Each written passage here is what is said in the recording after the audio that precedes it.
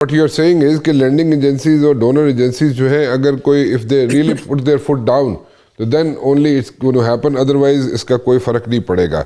अच्छा, थोड़ा सा पॉलिटिकल साइड पे आते हैं। पॉलिटिकल साइड पे मैं आना चाहूँगा, पूछना चाहूँगा, देखें आपके KPK जो है, KPK के अंदर जनाब मुज़म्मिल असलम जो है वो स्टेप डाउन कर जाते हैं, नए चीफ मिनिस्टर साहब आ जाते हैं KPK के अंदर। Do you see main objectives being achieved? And the main objective is very obvious. वो मैं बात कर रहा हूँ कि मेरे ऑब्जेक्टिव तो शुरू से एक ही रहा है, लेकिन उस पर कोई एज सच कोई कामयाबी किसी को नहीं हुई। PTI में स्ट्रीट पावर भी शो करके देख ली, अपने मसल्स भी फ्लेक्स करके देख लिए, सब कुछ हो गया, लेकिन nothing is happening. And the objective is कि इमरान खान रिलीज़ हो जाए, वो नहीं हुआ। So what next? क्या सारी PTI या sorry majority of the PTI is like in a compromising situation as of now, या इस वक्त मजबूरियां हैं, मसाइल हैं, इश्यूज हैं जिसकी वजह से वो गिव अप कर चुके हैं? पाकिस्तान के अंदर ना दो बड़ी पॉलिटिकल ताकतें हैं। एक एस्टैब्लिशमेंट की ताकत है जिनके पास एक पावर है, और एक इमरान खान है जिनके पास पॉलिटिकल पावर। अब मसला यहाँ पे ये हो रहा है कि ये जो पॉलिटिकल फोर्स है और फोर्स है, उनके दरमियान जो टेम्परेचर है वो इतना ज़्यादा है कि उसके नतीजे में उनसे ज़्यादा जो सफ़र है वो आप और हम लोग कर रहे हैं। क्योंकि हमेशा कहते हैं ना कि हाथियों की लड़ाई में घास जो है उसको सबसे ज़्यादा नुकसान पहुंचता है, सबसे ज़्यादा कुचला वो जाता है। अब आप देखें कि इसके नतीजे में, इस लड़ाई के नतीजे में पाकिस्तान का मीडिया का बेड़ा गर्क हो गया। आपका जो फॉर्मल मीडिया इतनी सेंसरशिप हो गई कि वो बैठ ही गया। आपकी अदालती निज़ाम को इतना नुकसान पहुंचा कि वो बैठ ही गया। आपका जो पॉलिटिकल स्ट्रक्चर था सारा वो बैठ ही गया, पार्लियामेंट बैठ गई, उसके नतीजे में ह्यूमन राइट्स जो हैं वो बुरी तरह मुतासर हो गए। ये हाथियों की लड़ाई में असल प्रॉब्लम ये आ रहा है कि पाकिस्तान के लोग, और स्पेशली जो मैं आपके प्रोग्राम में पहले भी कहता हूँ और हर जगह मैं बात करता हूँ, 50,000 रुपये से 3-3.25 लाख रुपए कमाने वाले लोग जो हैं उनकी कमर टूट गई।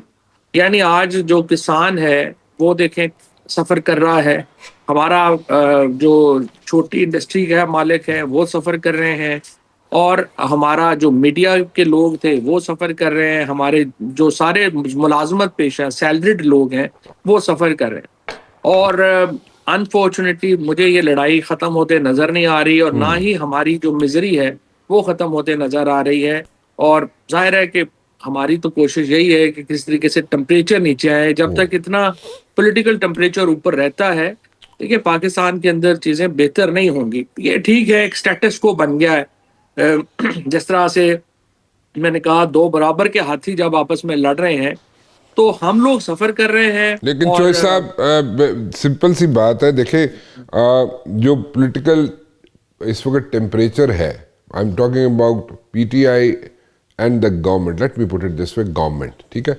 सो ये जो पॉलिटिकल टेम्परेचर है ये तो नीचे नहीं होना, इसको आप भी एडमिट कर रहे हैं, मैं भी कर रहा हूँ। There is the serious trust deficit, ठीक है, बिटवीन द टू, ठीक है, इन दोनों के दरमियान एक सीरियस ट्रस्ट डेफिसिट भी है। तो ये तो कहीं जाने वाला है नहीं, मुझे नहीं नज़र आता।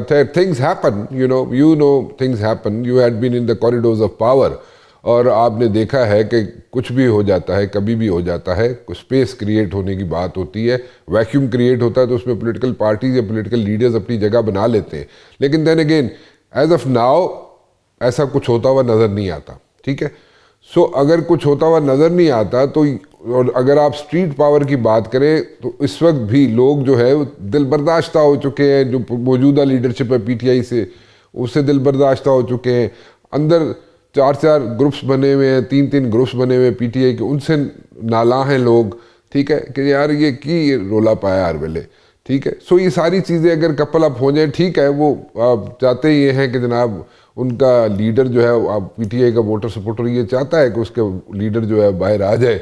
लेकिन इस कंडीशन में मेरे ख्याल में तो PTI के लीडर भी बाहर नहीं आना चाहता होगा, और ये जो बार बार थोड़े अरसे के बाद एक यहाँ पे चाबी चल जाती है, डिबेट शुरू हो जाती है कि जी कोई ऑफ़र कर दी गई है इस्टेब्लिशमेंट ने इमरान खान को, वो भी मुझे नहीं नज़र आती है ऐसा कोई ऑफ़र देते हुए उनकी तरफ से, या कोई ऐसा रिलैक्सेशन देते हुए उनकी तरफ से। सो एक स्टेलमेट है। सो इस स्टेलमेट से बाहर निकलने का कोई सोल्यूशन है आपके पास, कोई वन लाइनर सोल्यूशन? हम लोग कोई आई वुड से कि 4-5 हफ्ते पहले जो हम लोग सारे जो पीटीआई के पुराने लोग थे, हम लोग काफी इसके ऊपर हमने डिबेट की। और जो आप वाली बात है, तकरीबन यही हमारा भी एनालिसिस था कि एक स्टेलमेट है और इसको कैसे कम किया जाए। और फिर डिबेट ये थी कि इसके ऊपर अभी वक्त आ गया है कि कुछ किया जाए या अभी भी हमें इंतज़ार करना चाहिए। तो इमरान इस्माइल, महमूद मौलवी साहब, मैं, कुछ और लोग, हम लोगों का ख्याल था कि अगर हम और भी खामोश रहते हैं तो फिर मामला जो है वो यही फंसा रहेगा, तो हमें कम से कम अपनी एक एफर्ट करनी चाहिए। फिर हमने राब्ता किया, हमारे महमूद मौलवी साहब के अच्छे ताल्लुकात हैं हमारे एस्टेब्लिशमेंट से, उन्होंने राब्ता किया। हमने जो गवर्नमेंट के लोग हैं उनसे भी राब्ता किया, और हम लोगों ने मुलाकातें की, जाके फिर पीटीआई के लोगों से भी राब्ता किया। किन किन से मुलाकातें की आपने? हमने एक तो सीनियर मोस्ट मिनिस्टर्स हैं इस हुकूमत के, उनसे मुलाकातें की। मसलन स्पीकर साहब से हमने सीनियर मुलाकात की। मोस्ट मिनिस्टर्स कौन से? राना सनाउल्लाह साहब हो गए, अच्छा। आजम नजीर तारड़ साहब हो गए, इसहाक डार साहब से भी कम्युनिकेशन हुई, और स्पीकर एयाज सादिक साहब से बड़ी डिटेल बात हुई।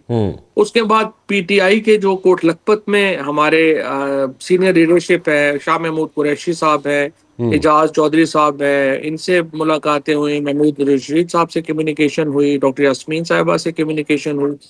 ये वो सारे लोग जो हैं वो भी फ्रैंकली जो आपने एनालिसिस दिया है, ये उसी एनालिसिस के ऊपर एग्री करते हैं, और वो समझते हैं कि एक स्टेलमेट है और इसको हमें कुछ ना कुछ, और उसके लिए फिर जो हमने कुछ जो सॉल्यूशंस बनाए हैं, मेरी और इमरान इस्माइल की, महमूद मौलवी साहब की, हम लोगों का ये था कि भाई पहले आप लोग जो है वो इतना तो टेम्परेचर नीचे आए कि एक दूसरे से साथ मिल के कप ऑफ टी तो आप पी सके। अगर आपके दरमियान इतने झगड़े लड़ाइयां हों कि एक दूसरे की शक्ल ही नहीं देखनी, तो फिर कैसे सोल्यूशन जो है वो आगे बढ़ेगा। और हमने ये अर्ज किया अपने जो गवर्नमेंट के दोस्त हैं और जो एस्टेब्लिशमेंट के से भी हमने जो है रिक्वेस्ट की कि कुछ ऐसे इकदाम लेने की जरूरत है कि जिससे टेम्परेचर थोड़ा नीचे आए। और जब एक दफा टेम्परेचर नीचे आता है तो फिर आप जो है वो उसमें जो पॉलिटिकल लीडरशिप है, जैसे मौलाना फजलुर रहमान है, पीर साहब पगाड़ा है, हाफिज नईम साहब है, इन लोगों के साथ मिलके एक पाकिस्तान के अंदर एक नॉर्मल पॉलिटिकल जो सिचुएशन है उसको बहाल करने की जरूरत है। अब देखते हैं इस कोशिश के ऊपर हम आगे कैसे चल पाते हैं। अगले हफ्ते से दोबारा ये प्रोसेस जो है वो हम शुरू करेंगे, और हुकूमत की तरफ से तो इसके ऊपर काफी इंकरेजमेंट मिली है। हुकूमत एस्टेब्लिशमेंट भी चाहती तो है कि टेम्परेचर जो है वो नीचे आए, और वो भी समझते हैं कि ऐसे इकदाम लिए जाने चाहिए। लेकिन दूसरी तरफ पीटीआई के अंदर भी और आपको हुकूमत के अंदर भी ज़ाहिर है ग्रुप्स है। वहाँ एक ग्रुप है जो चाहता है कि कन्फ्रंटेशन ही बढ़नी चाहिए, उन लोगों का एक अपने इंटरेस्ट भी हैं और वो इसके ऊपर लगे हुए हैं। और एक ग्रुप है कि जो चाहता है कि नहीं, मामला जो है उनको बेहतरी की तरफ ले जाने की जरूरत है। केपी की लीडरशिप में बहुत लोग हैं जो समझते हैं कि टेम्परेचर नीचे लाने की जरूरत है। एंड आई मस्ट से जो सोहेल आफरीदी ने अभी जो बातें कही हैं, उसके बाद बहुत अच्छा होगा अगर हुकूमत की तरफ से सोहेल आफरीदी साहब को भी थोड़ा एक स्पेस दी जाए कि वो टेम्परेचर नीचे लाने के लिए उनको जो है वो कुछ मौका दिया जाए काम करने का। I think is well intentioned man,